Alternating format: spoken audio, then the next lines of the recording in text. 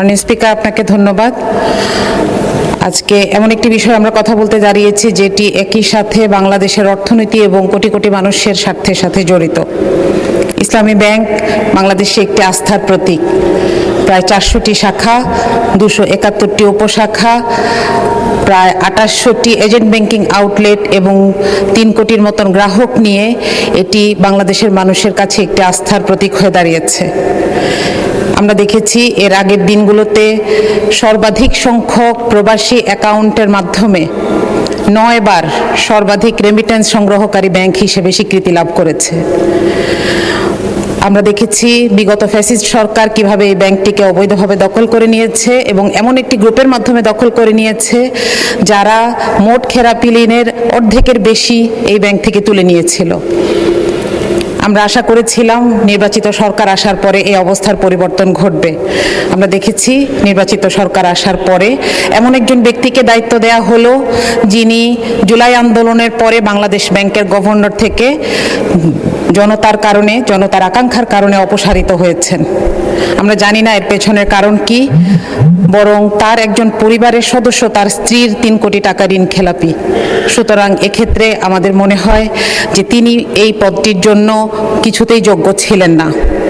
এর প্রভাব যেটা পড়েছে সেটা 4 জুনের বিজনেস স্ট্যান্ডার্ড থেকে আমরা দেখি 7 দিনে 4200 কোটি টাকা এখান থেকে তুলে নেওয়া যাওয়া হয়েছে। গ্রাহকরা আস্থা হারিয়ে ফেলছেন। সিআরআর প্রয়োজনীয়তা 7000 থেকে কমে 2600 কোটি টাকায় নেমে এসেছে। এই বিপুল ঐশ্বর্যময় ব্যাংকটি অবশেষে বাংলাদেশ ব্যাংকের কাছে 10,000 কোটি টাকার তারল্য সাহায্য প্রার্থনা করেছে, যেটি একই সাথে দেশের অর্থনীতির এবং ব্যাংকের জন্য চরম অবমাননাকর। মাননীয় স্পিকার, ইসলামী ব্যাংক বিষয়ে ক্ষমতা, জনআস্থা, স্বচ্ছতা এবং জবাবদিহিতা এই 4টি বিষয় জড়িত। সুতরাং দেশের অর্থনীতি এবং কোটি কোটি আমানতদারের স্বার্থে এই ধরনের অযাচিত হস্তক্ষেপ সামগ্রিক আর্থিক অবস্থায় প্রভাব ফেলতে পারে। এমত অবস্থায় আমরা 2টি বিষয়ে জোর দিতে চাই। এক, এই বাংলাদেশ ব্যাংকের এই সাবেক গভর্নরের প্রতি সরকারের এই পক্ষপাতিত্বের আমরা কারণ জানতে চাই। 2, বাংলাদেশ ব্যাংকের তদারকি কাঠামো, প্রাতিষ্ঠানিক স্বাধীনতা এবং সংসদীয় জবাবদিহিতার মধ্যে ভারসাম্যতা আনা জরুরি। মাননীয় স্পিকার, আমি সবশেষে বলতে চাই, ইসলামী ব্যাংক কেবল একটি আর্থিক প্রতিষ্ঠান নয়, এটি একটি ইকোসিস্টেম।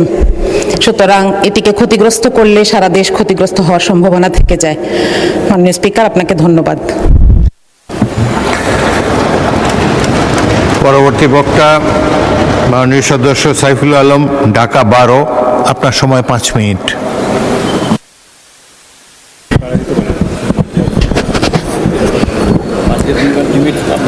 মাননীয় স্পিকার, আপনাকে অনেক অনেক ধন্যবাদ।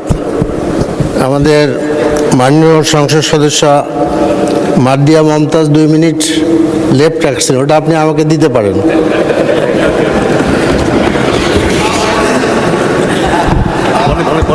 জি, মাননীয় স্পিকার, দেশের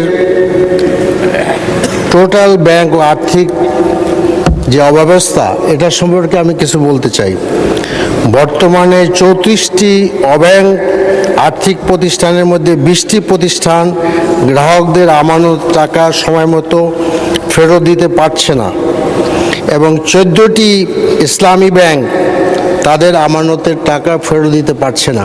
মাননীয় স্পিকার, এই জুন মাসে গত 2 দিন আগ পর্যন্ত ইসলামী ব্যাংক থেকে 35,000 কোটি টাকা গ্রাহক দ্বারা উত্তোলন করেছেন, যার ফলে যেটা বোঝা যাচ্ছে গ্রাহকদের মধ্যে একটা আতঙ্ক সৃষ্টি হয়েছে। এটা পুরাতন তথ্য। মাননীয় স্পিকার, আপনি জানেন যে এদেশে রিজার্ভ চুরির মতো বড় ধরনের ঘটনা সংঘটিত হয়েছে এবং এদেশের ডিজিএফআইয়ের নেতৃত্বে ইসলামী ব্যাংকের মালিকানা পরিবর্তন হয়েছে। এ সম্পর্কে বিস্তারিত রিপোর্ট পত্রিকায় এসেছে। বড় ঋণ খেলাপির সংখ্যা অনেক, এর মধ্যে শীর্ষে আছে এস আলম।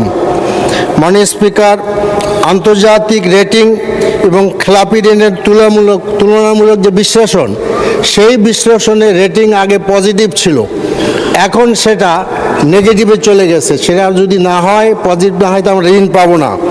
আমরা S&P স্ট্যান্ডার্ড অ্যান্ড পুর যে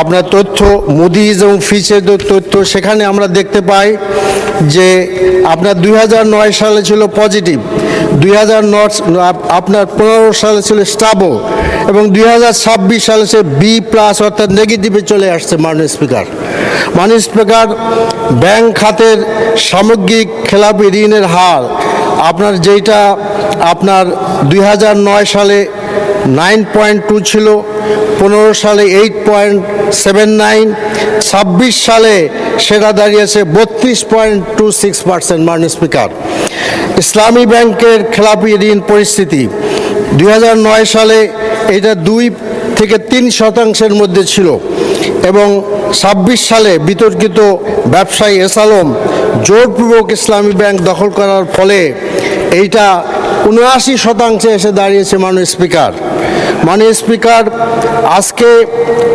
বাংলাদেশ ব্যাংক অর্থাৎ ব্যাংক খাতের নিয়ন্ত্রণ সংস্থার আপনার ভূমিকা বেশ বিতর্কিত, এবং একজন আমাদের মাননীয় অর্থমন্ত্রী বলেছেন খেলাপি বলা যাবে না, তা আমি সেটা মেনে নিলাম।